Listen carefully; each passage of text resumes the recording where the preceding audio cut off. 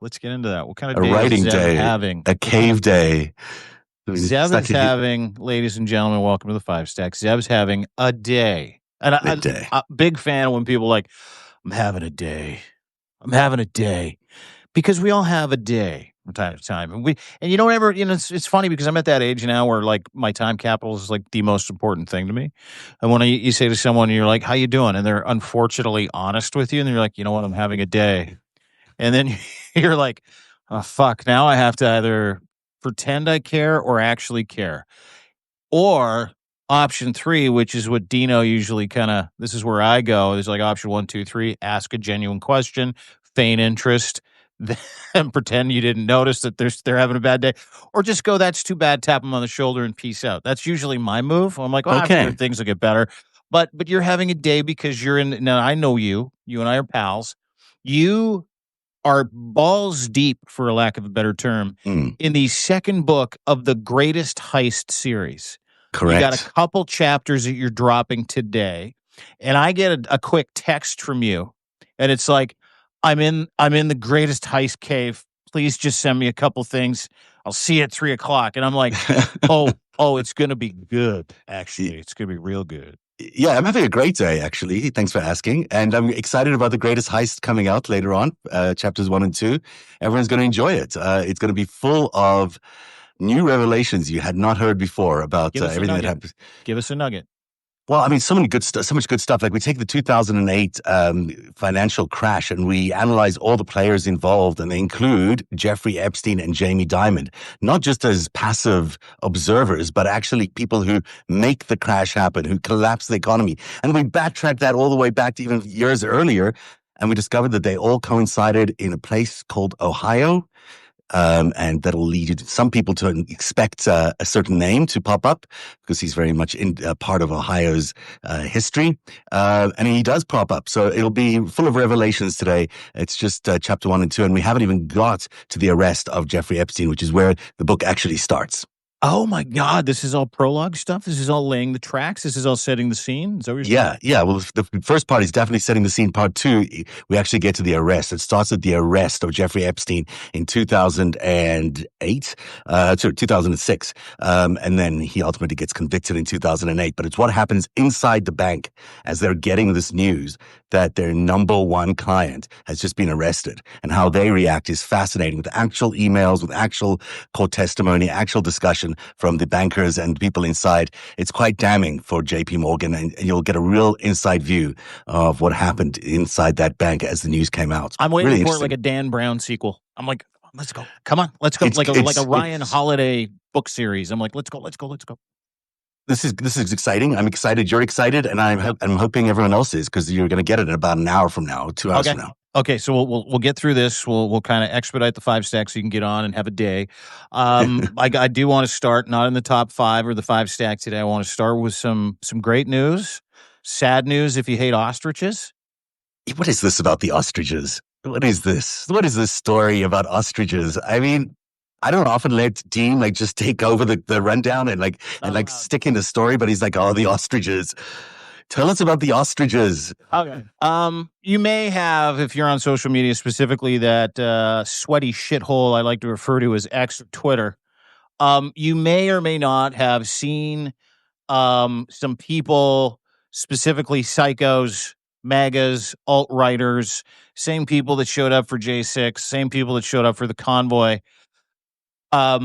just apoplectic over an ostrich farm in British Columbia. Now, you may have seen Save the Ostriches. You may have seen RFK Jr. go, we need to save the ostriches. You may have seen Dr. Mehmet Oz go, I'll take the ostriches and I'll just donate them to somebody, which was like, it was a MAGA op. Let me explain. Okay. And let me just give you the MAGA op, Maple MAGA op. Are the ostriches alive or dead? No, they're fucking all dead. They all got shot in the head, beheaded. They killed all the ostriches. They all had bird flu. All had bird flu. Recover from. Yeah, with no head. Headless ostriches. So the Canadian Food Inspection Agency back in 2020 censored this farm called Universal Ostrich Farm, where these crazy anti-vax psychos owned an ostrich farm. They couldn't make a go of it. They'd been cited for all kinds of health violations. And they're like, And then all of a sudden it comes around that they all have fucking bird flu. All these ostriches, like 400, 30 of them die overnight one night. Canadian Food Inspection goes in and they're like, why didn't you tell us all these animals had bird flu? They're like, we don't know.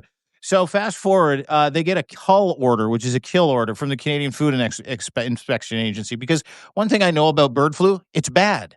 Yeah, it captures well. It's super Terrible. bad. Jumps from birds to humans all the time. Humans, pigs, fowl, like it's all over the place. It kill you.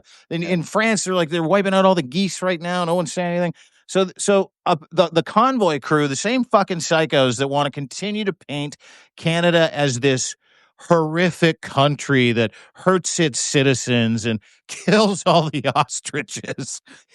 They went to town and they set up a campsite full of degenerate losers like they did in Ottawa. And it was funded by MAGA, and they all got in on it. And they're like, the government can't. Joe Rogan was, they're all fucking in on it. It was like, save the ostriches. Well, they didn't save the ostriches because you can't save the ostriches. You'll kill your export market, and you can't reintroduce fucking birds that have bird flu into the fucking the stratosphere. Plus, we don't have ostriches in Canada. It's not like ostriches roam fucking free.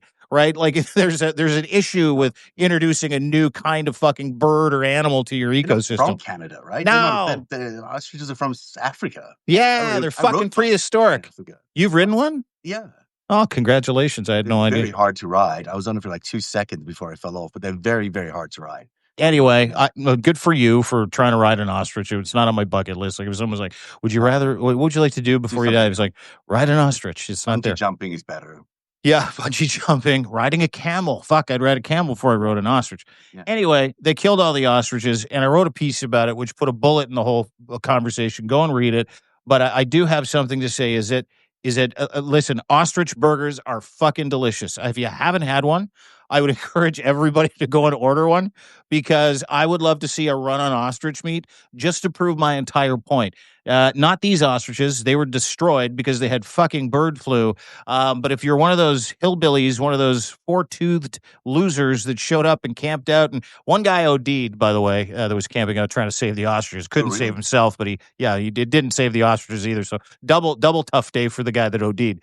But my God, enough of the ostriches. Are they making them into burgers, or are they just no? Because they had bird flu, bro. Yeah, so I would think so. I wouldn't want to eat the bird flu,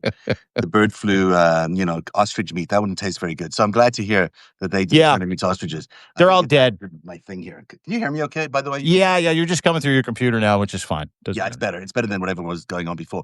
I'm sorry to hear about the ostriches, and I wish them a good life in the heaven. I'm sure there's lots of ostriches in. Who cares? In heaven. Who cares? Who cares? They're just it's meat. It's meat. Like I don't see any of those guys in front of the Schneider slaughterhouse going, "Stop the murder of the pigs. Bacon's not that delicious." Yeah, it's true. Ostriches have very tiny heads. It makes me think they're not that smart. Yeah, and they'll kill you. They'll eat it. They're prehistoric killers. They'll eat you. And by the way, they're really good. They taste really delicious. I just want to their heads under the sand a lot. Yeah, they do. They bury their heads in the sand. Yeah, when they get scared. It's sort of like a MAGA, right? Sort of like one of those guys. Spirit animals. And it's exactly what's happening right now with the Supreme Court, as the Supreme Court rejected 2 challenges to Trump's agenda this morning in moves that signal the conservative court may finally be drawing the lines. Could this be the case? First, the justices declined without comment to hear Kim Davis's attempt to overturn the 2015 Obergefell decision legalizing same-sex marriage, leaving Davis facing $360,000 in damages to the couple she denied a license. You remember the story. It's a big story. Yeah. They just decided not to hear it. They didn't even comment about why they're not hearing it. Also, more significantly, sources tell you that SCOTUS is preparing an imminent ruling against Trump's emergency tariff authority under IEEPA, which could be the end of Trump's tariff strategy. So why don't you tell us a little about that, and then we'll talk about the gay rights ruling afterwards. Yeah, it's good. SCOTUS apparently has balls. I thought they had all been clipped by the Trump machine, but apparently not. Not hearing the same-sex marriage appeal is brilliant. We'll get to that in just a second. And shocking, to be honest with you. I thought that would have been a slam dunk for the Amy Comey Barretts and the Neil Gorsuches and all the hardcore evangelical handmade nutbags that are currently occupying the Supreme Court. But the decision that is coming for Donald Trump, and it's coming, and he knows it. He totally fucking knows it. Is he's going to get clipped when it comes to what he can do with tariffs and his IEEPA powers. Now, how we know this, he'll tell you. He told us on the weekend. He put out a tweet out of nowhere, by the way, and I went and did some research and sourced that Donald Trump has been told by those close to him that the Supreme Court indeed plans, folks, you can take this to the bank, indeed plans on curbing his emergency powers so that they don't apply to damaging the country any more than he's already damaging the country because he doesn't have the authority. Article 1, Section 8 dictates that Congress is the sole proprietor and purveyor of tariffs, excise taxes, et cetera, et fucking cetera. So he's overstepped his boundaries. What does that mean? It means he's going to have the United States is on the hook for about $300 to $500 billion in payments, in refunds to importers and vendors who he has stuck it to over the past 9 to 10 months. And how I know it's going to happen? Here. He puts out a tweet on the weekend, Saturday afternoon, over a lazy tea. I read this. So let's get this straight. President of the United States is allowed and fully approved by Congress to stop all trade with a foreign country, which is far more onerous than a tariff, and a license a foreign country, but is not allowed to put a simple tariff on a foreign country, even for purposes of national security. That is not what our great founders had in mind. That's exactly what they had in mind, you fucking moron. The whole thing is ridiculous. The other countries can tariff us, but we can't tariff them. It is their dream. Oh my God. It's their dream to tariff us and not be tariffed back. What a fucking moron. Businesses are pouring into the USA only because of tariffs. Has the United States Supreme Court not been told this? What the hell's going on? President Donald J. Trump. I'll tell you what's going on. He's getting clipped, and he knows it, and he's going to be on the hook for at least $300, possibly $500 billion that has to go back. Now, he's going to fuck all those people like he fucked all of his contractors for the past 30 years, every person that he's ever worked for. He's going to try and stiff it. I think he's going to try, dude. He's going to appeal and appeal and appeal and appeal and try. You'll try appealing it, but you can't really appeal the Supreme Court. Who are you going to appeal it to? So, well, I don't know. Who are you going to bribe? Like, Yeah. who are you going to blackmail? They might be able to still change the decision at the Supreme Court level, but the Treasury is ready to pay back everybody who paid in the tariffs, which includes a lot of Americans who ended up paying for the tariffs. So good for them to get the money back. But here's the thing: did you not see what he put out after that? The $2,000 thing. Yeah. So he knows he's going to lose. So what he does is he tells the people, "Hey, listen, if these tariffs go away, you're not going to get this $2,000 check that I'm going to give you." Yeah, but of course. Then Scott Bessent, yeah, exactly. He's like, but guys, you got to get mad at the Supreme Court because that's what he was saying.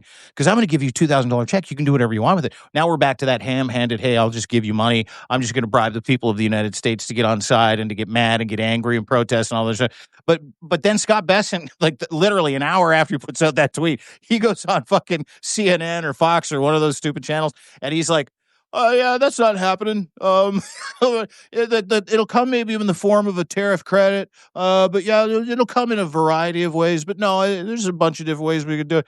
So, like, it's just if you've ever been conned by a con man, I just want to remind everybody of this before I pass it over to you for your thoughts because I welcome them as always because you're brilliant.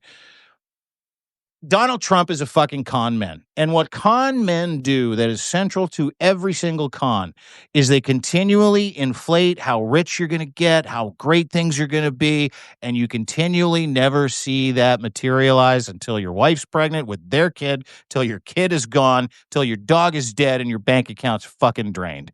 That's what this is because he knows he's going to lose. Also, Scott Bessent said that the economy is beginning to tank, by the way, as he points to new lower GDP numbers expected for this quarter. But that's an aside. Look, I mean, I am so amazed the Supreme Court has woken up to the reality of who Donald Trump is. It seems like they're awake. It seems like they understand what the public is saying. It seems that last Tuesday's,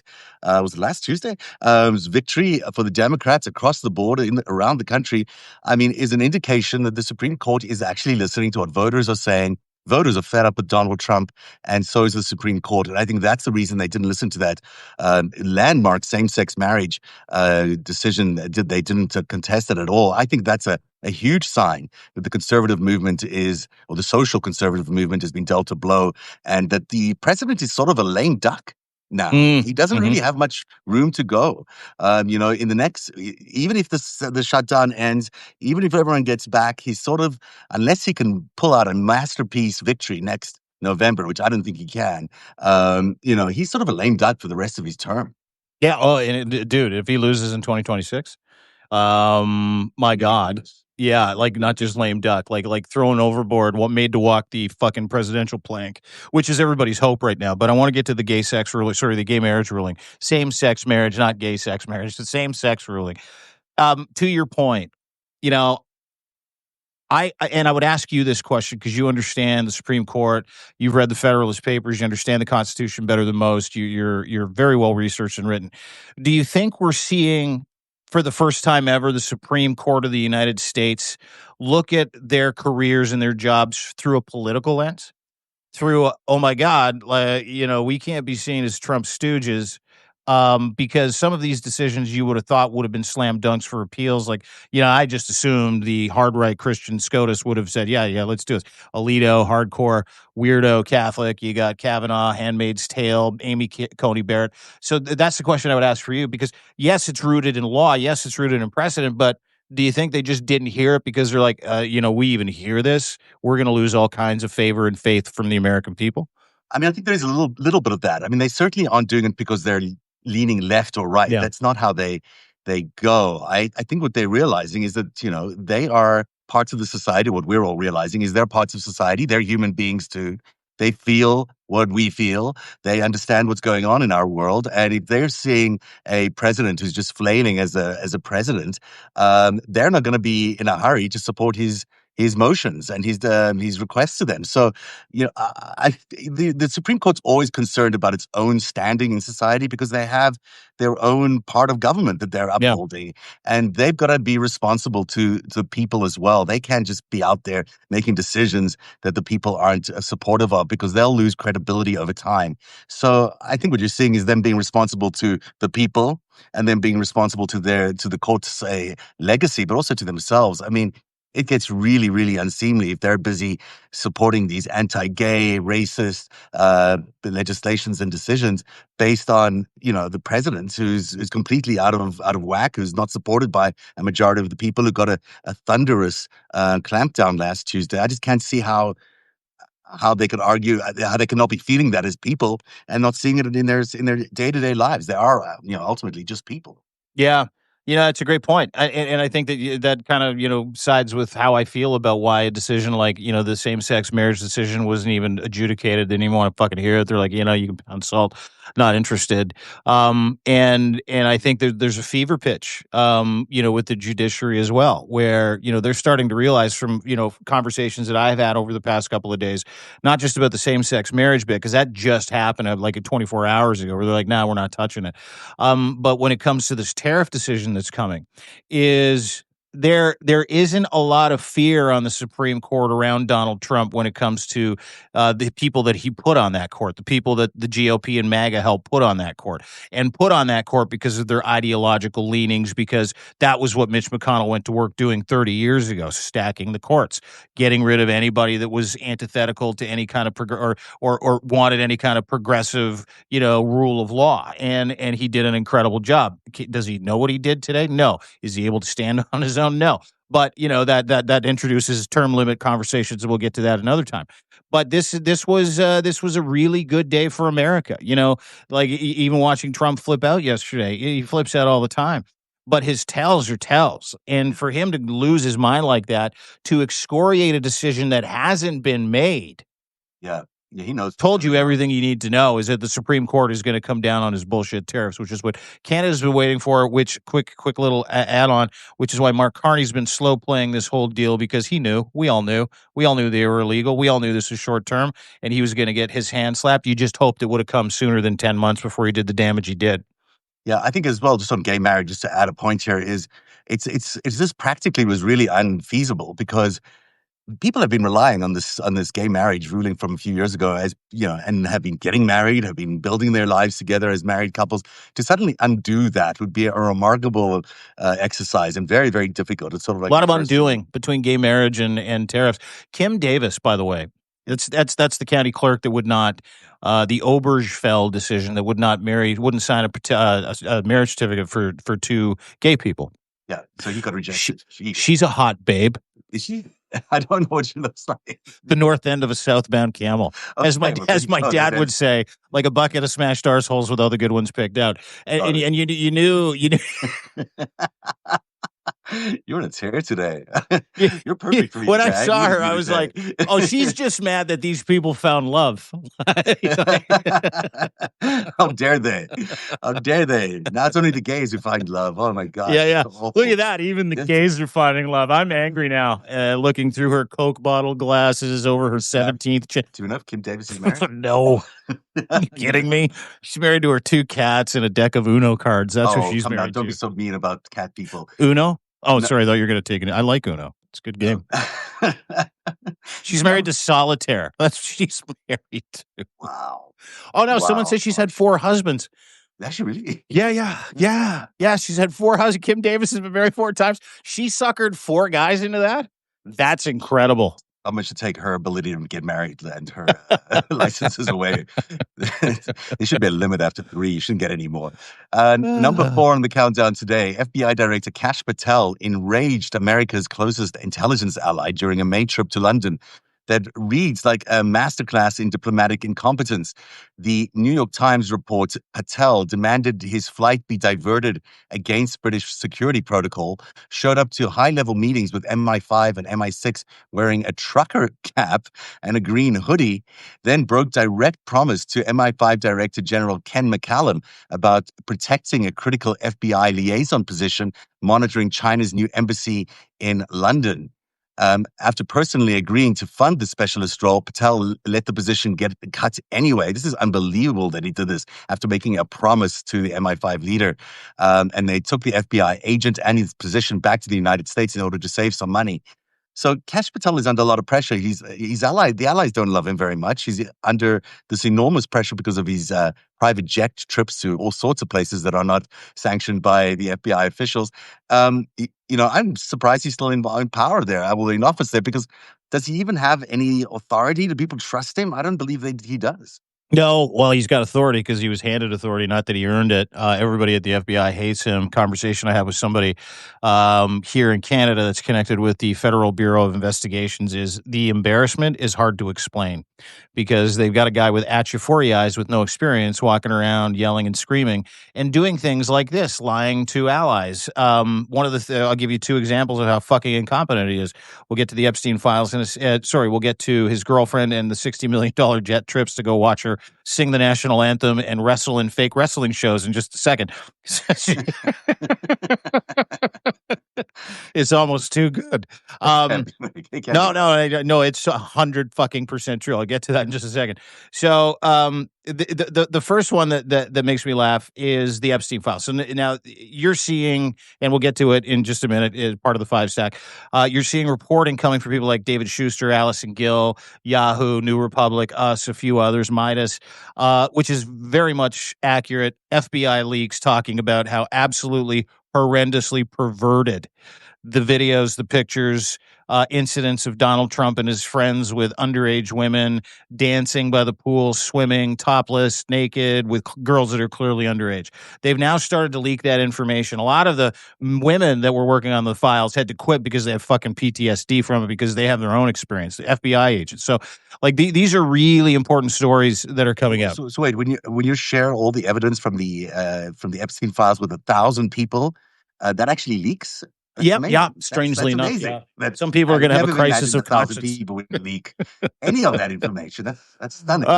Some people are going to have a crisis of conscience. So the reason why all of these people were able to access these files, because a lot of people accessed them that didn't have proof, is because Kash Patel and Pam Bondi did not put them in a proper secure setting. So these were for a long time to certain people in the building, in the FBI, Quantico, and CIA. They were open source documents that anybody could fucking read. So that story is going to come out in a little bit. So there's a little bit of Kash Patel's inadequacy when it comes to doing his fucking job because he's a useless podcaster that used to write kids' books about how he was a wizard here to kill the woke. Then let's talk about his other scandal.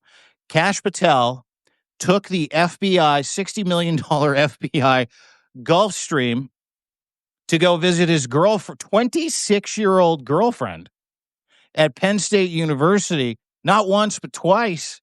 And then, because she lives, I think, somewhere in the Tennessee region, and she had a wrestling show, one of those, like, fake cable wrestling TV shows to act in because she's a wrestler. She's like a WWE And by the way, Kash Patel fucking loves wrestling. Like, Yeah. big fan of wrestling. These guys are all cosplay LARPing losers that love the WWE, which is why Linda McMahon is the head of the Department of Education. You can't fucking write this stuff. And he took her down there for a wrestling show. She posts it all over social media. He then puts a tweet out going, "How dare you radical left lunatics attack my family? I'm in love with her, and I want everybody to know." It's like Ron Burgundy. Like, it's just fucking the Well, I don't know craziest what the shit you've big ever deal seen. is. I remember when Robert Mueller did the same thing, went to see his 26-year-old country singer girlfriend WrestleMania project that she was doing. Yeah, Robert Mueller like got not away even with it. He WrestleMania. was It was allowed like a to take the hillbilly private jet. WrestleMania for cable TV. That's what it was. So, I know if Mueller can do it, why can't Kash Patel do it? This is ridiculous. That's This a great is double point. standard here. Yeah, this is a real fucking double standard. This is on top of Kristi Noem ordering not one but two of those Gulf Streams just because she needed to have to at $130 million for the American people. Like Kash Patel, everybody involved in that administration, as soon as this is over, they all have to go to the fucking Hague. Like, there's just, they all need to go to jail. They all need to spend the rest of their lives rotting in prison for not only hurting Americans, but stealing their money for personal fucking use, putting America at risk by going to fucking England, talking to MI5 in a trucker hat going, "I'm blowing up the whole deal. We'll see you guys later." Like, these are the stories that we need to highlight, and unfortunately, they don't get highlighted enough. Is there anyone actually working at the FBI? I mean, between Patel's little misadventures around, with his girlfriend, the bulk of the FBI agents seem to be on patrol with the ICE agents. The other 1,000 that might have been there are busy looking at Epstein files and getting traumatized and leaving. Is anyone actually doing the work of chasing criminals at the Federal Bureau of Investigations? It just doesn't seem like many are. No. No. No, the answer is no. Like, I mean, they've hoovered everybody out of those, and anybody that had any unbiased, anybody that wasn't a Trumper or Trumpian has already been jettisoned, and they're still looking to get rid of more people. They're trying to fleece anybody that doesn't share their ideology. So even if there are people left in the FBI to do the work that the FBI used to do, to investigate, to charge real criminals with real crimes, to protect America from real crimes, no, they're either scared to death or they're not there anymore, bro. Has anyone seen Dan Bongino lately? I don't think I've seen him anywhere for the last few months. So, Lev told me today that something big about him's coming out, though. Oh, okay. Yeah, finding out. That's interesting. At number 3, Trump's surprise appearance at the Commanders-Lions game Sunday became a public relations disaster as 70,000 fans delivered sustained defeating boos from the moment his face hit the jumbotron through his fumbled reading of the military oath of enlistment at halftime. The jeering was so intense that even bitter division rivals, Lions and Commanders fans, found common ground in their contempt. Oh, yeah, high-fiving each other. Yeah. The story's on deanblundell.substack.com. What happened when the president came to this NFL game? You nailed it. He got 80,000 fucking middle fingers in Washington. That was shortly after doing a Air Force One flyover over the stadium. People were booing during the flyover. They tried to hide that audio. Couldn't do it.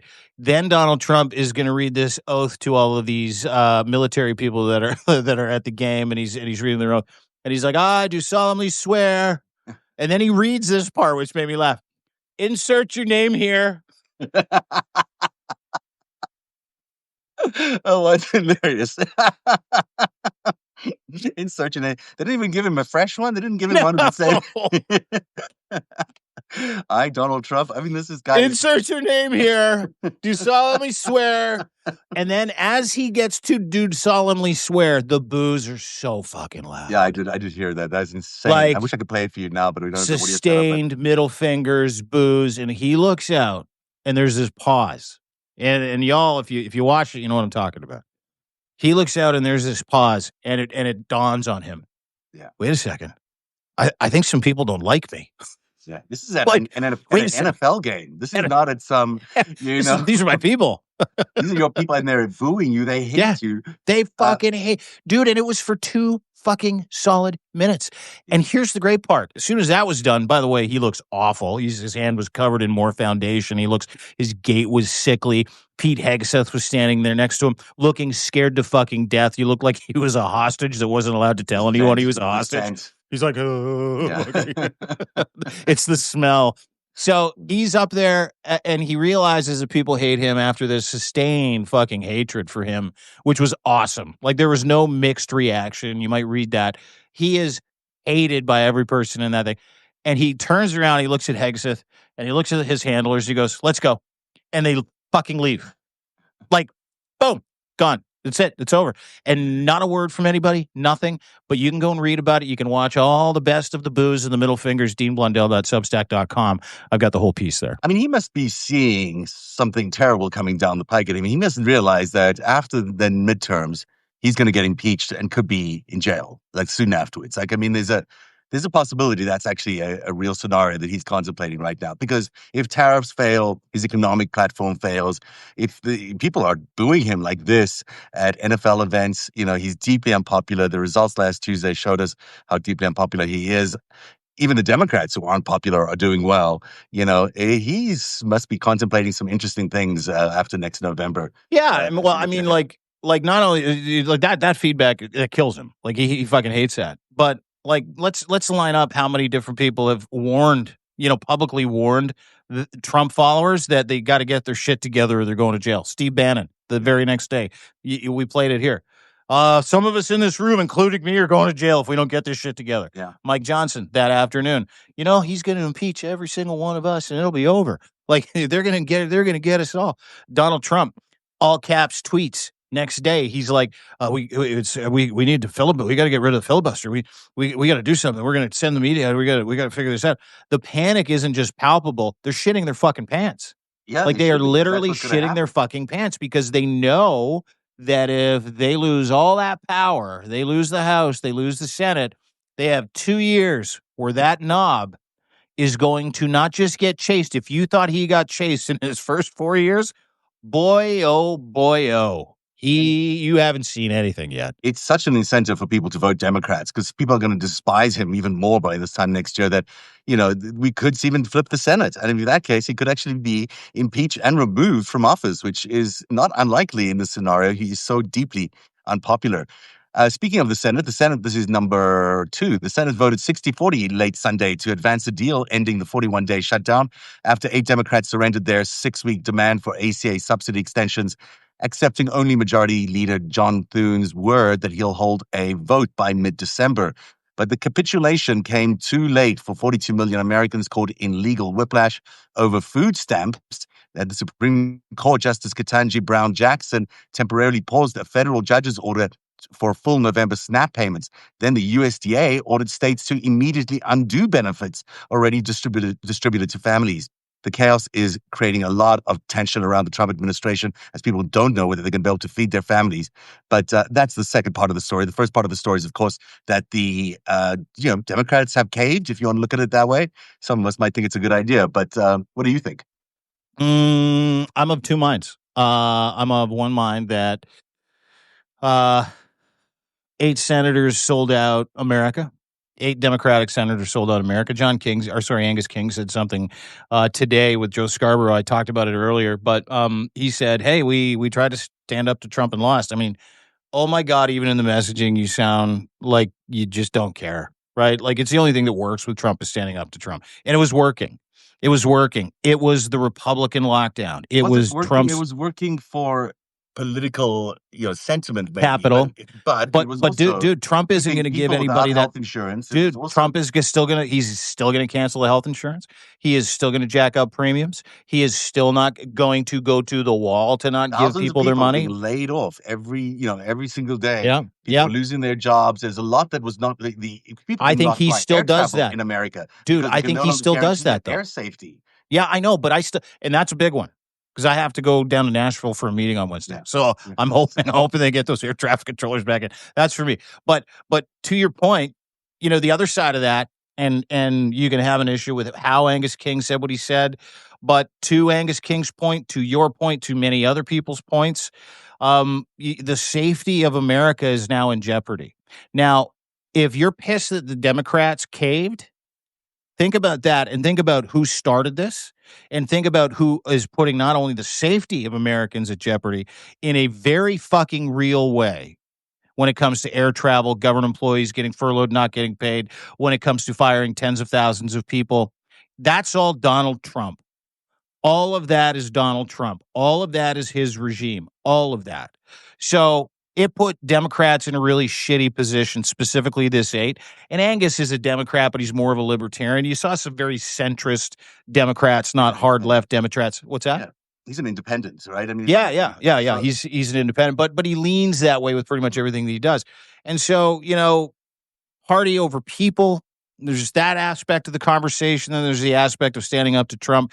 And then there's, like you said, the aspect of like, fuck, we got to get back to work here. The government has to work. Like, this is going to be a very dangerous, tenuous time when it comes to air travel, feeding our people, healthcare, all that other stuff. We have to figure it out. And there's no figuring it out when there's no one in the house. There's just no figuring it out. Yeah, the thing that I'm also interested in is what happens to Anita Grijalva, the congresswoman who could be the deciding vote on the Epstein files. Now, it's possible that if they drag this out too much, they may not have her as the majority vote there anymore because there's another person from Mississippi. I don't know. Someone else is about to win a race and could even out the votes there. So there's actually a limited window for the Epstein files. So they still have to get through the next few weeks of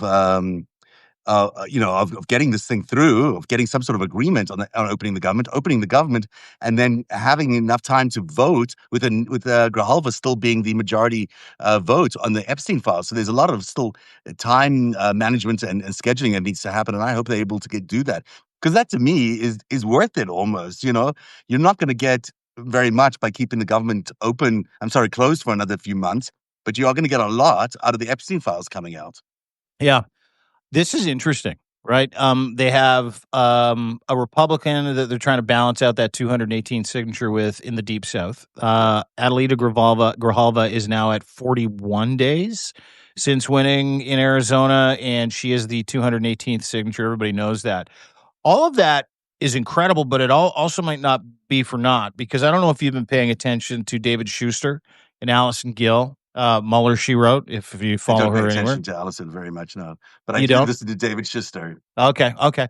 Well, the reporting that they're doing, this sourced reporting, David Schuster's really good at it. Yahoo, New Republic, there's a bunch of different people. It's not just these two. Yeah, I think the New Republic has done the best job with the story so far. Yeah, they really have. And we put out a post, you can go read it, is there are videos and pictures that pale in comparison to the story that we've been told about not just Donald Trump's involvement in the Epstein files, but many other of his cabinet members, donors, friends, elites, other people that you would know in the United States of America. And it's not just Republicans either. So and it's so bad, so disgusting, and it's coming out that there are whispers in the GOP that are getting louder and louder, turning into full-blown conversations behind closed doors and in skiffs and private rooms about what to do when it happens. Not if, but when the Epstein files come out. Because keep in mind, these were open source documents to a lot of different people. When you got 1,000 different FBI agents of varying ideological perspectives, someone might have made some copies. Someone might have grabbed some information. Someone might have said, hey, this is in the interest of the American people to see this. And the guy that I'm working for right now that's asking me to scrub his name and his family's name and all of his involvement with this guy out of these files, this is not right. This is not normal. And a lot of those FBI agents are starting to have conversations with and leak that information, former and current. And so there is an FBI agent that's being fired. Maybe you would take some of those pictures with you on the way out the door. I mean, why wouldn't you? It's insurance. For sure. So depending on what happens with Ms. Grijalva, and I think it's important that she gets sworn in. I think it's deadly important we get this discharge petition. I think it's super, the most important that we get restitution and rest and comfort for the victims, that they can be validated. That's the only thing I really care about. Is going back to the original conversation when it comes to the shutdown. There was a conversation I had the other day with somebody that said, I think the Democrats think there's enough there that they can get the government started again. Get Adelita Grijalva sworn in and force the process of bringing these files out where it undoes everything, because it's that bad. So, I mean, that's do the Democrats think that far ahead? Do they play 3D chess? I don't know. I haven't seen it. But if that's the case, all signs point to another absolutely terrible fucking week/month for Donald Trump, depending on what happens with swearing in Ms. Grijalva, depending on what happens with some of these leaks. But these leaks are starting to spread. The boat is springing new holes, if you will. I mean, look, Republicans are going to run far, far away. Many Republicans are going to run far away from Donald Trump once Oh, these yeah. files come out. For both the salacious stuff that you're talking about, all the pictures and videos of girls, but also the financial crimes it becomes clear what he's done to the American dream. You know, what Epstein and his network of organized criminals did in 2008, leading into the Great Recession, as it's now called, by, leaving tens of millions of people homeless, taking people's American dreams away. You know, the affordability of housing is just impossible these days. And it's all because of this grand theft that happened in 2008 by Epstein and the people at JP Morgan and all the people around them. I mean, I think all that's going to come out too. So it's not just the salacious, he's just a dirty guy who sleeps with a lot of people, but there's the blackmail piece of it. And then there's the organized criminal piece. We've known he's a mobster, but the victims of his crimes have not been the American people. Yeah, Now but what we'll were they know that the using that victims, for? Right. yeah. Now we'll know that the victims were actually the American people. He got rich off the back of American people, as did all of his cronies. And now is an opportunity for people to realize that. I can't see Republicans rushing to his defense. I mean, they just won't. So who knows? He might be out of office even before the next election if they decide that these are too disgusting to deal with and too embarrassing for the presidency. I mean, it is going to be remarkably embarrassing if any of these photos start showing out there. I mean, the only person I can think of who's done anything like this is Berlusconi in Italy. And I mean, they're Italian. They're expected to do this kind of stuff. You don't expect the American president to be having, bunga bunga parties with a known Israeli intelligence asset and an organized criminal. It's not fit for the office, obviously. No, no, it's not fit for anybody. It's not fit for humanity. It's awful. It's terrible. All the things that we've talked about. You can't underscore how 30 years of sex trafficking minors, and abusing children. You can't underscore the importance of the restitution for the people that had to actually go through that. And I listen. There is no doubt in my mind that Donald Trump is a rapist because he's been adjudicated as a rapist. There's no doubt in my mind that Donald Trump sexually assaults women because he's credibly been accused of it, settled lawsuits, and been found guilty of it 26 fucking times. Yeah.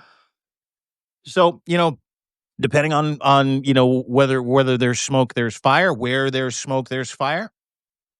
We're being told now that fire is like an entire fucking city block in a mega city. That's how bad it is. Yeah. So And I think it's so important for these victims and the survivors of Jeffrey Epstein, who have been for decades now, 3 decades in the case of Maria Farmer, who was the original person who laid the first complaint against Jeffrey Epstein in 1996.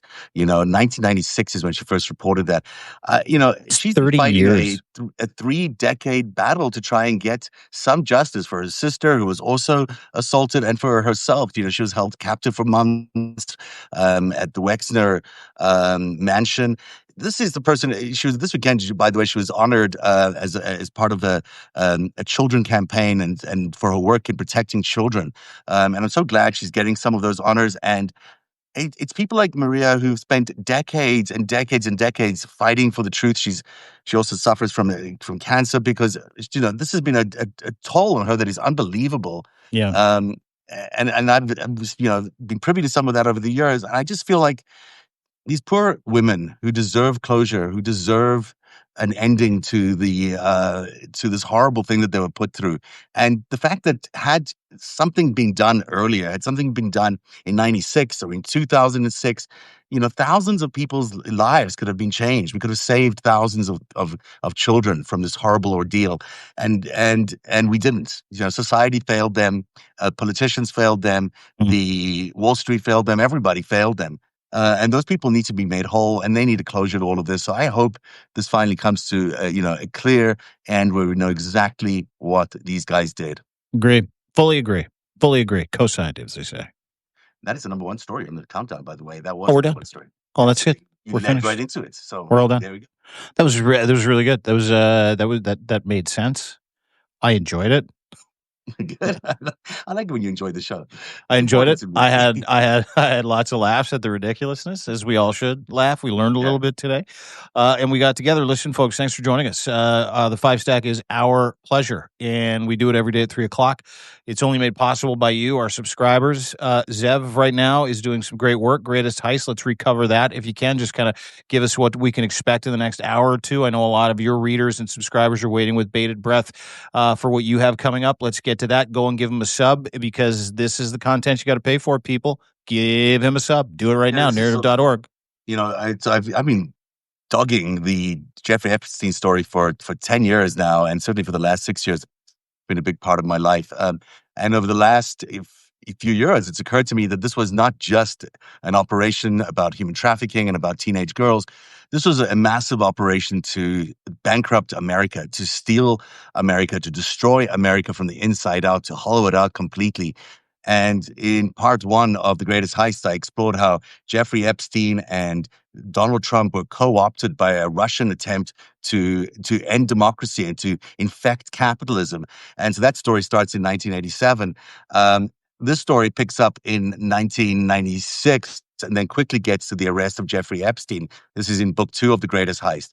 And we, in great detail now, because a lot of the stuff has come out from unsealed documents from the case in the U.S. Virgin Islands against J.P. Morgan. We have great detail in how that bank reacted to the news that one of their customers, their biggest customer in their private wealth division, was now a convicted sex criminal or suspected sex criminal.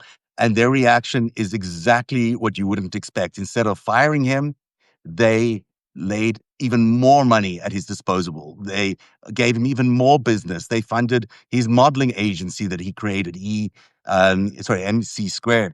So this is a story of how a bank, the biggest bank in America, was co-opted in an intelligence operation, how they helped contribute to the collapse in 2008, how Jeffrey Epstein triggered that collapse in 2008 through an offshore holding, and how it cost America dearly, that we still today have not recovered some say $70 trillion. I think it's more like 40 trillion, but whatever it is, so much money lost during that one big financial meltdown that happened just as Barack Obama was taking office. So in today's first release of the prologue came out last week, but today I'm doing part 1 and part 2. So you're going to get 2 parts in the series, and then we'll build on from there. I'm not sure how many parts in total, but hopefully by the time Christmas comes around, we would have wrapped the story. Okay, great Christmas gift. Give that gift of The Greatest Heist to a friend. Give Zev a sub today, paid sub. He is excellent. You need him in your life. If you got a couple dollars left over, throw it our way, or just become a free subscriber. DeanBlundell.substack.com. Founding members pay once, never again. Annual memberships 25% off for unlimited access. Lock that price in for the rest of your life. I think it's because the ostriches. Do it for the ostriches. You're the guy that brings the ostrich news to everybody. I gave you the ostrich intel today. That has got to be worth at least $8. Yeah, exactly. No, listen. Most of the countdown today is Dean's stories from DeanBlundell.substack.com. So please check it out. And he deserves a subscription. Absolutely. He wakes up every day at 4 a.m. What a hero you are. I do. Yeah. No, I enjoy it. At 4 a.m. So I know you do. We're opposites. We're very opposite in a lot of ways, which is what makes this work. Thank you all for joining us for the Five Stack. Narrative.org, DeanBlundell.substack.com. Have a wonderful day. We will see you tomorrow at 3:00 right here. See you, buddy. Dean, have a good one. Bye, everyone.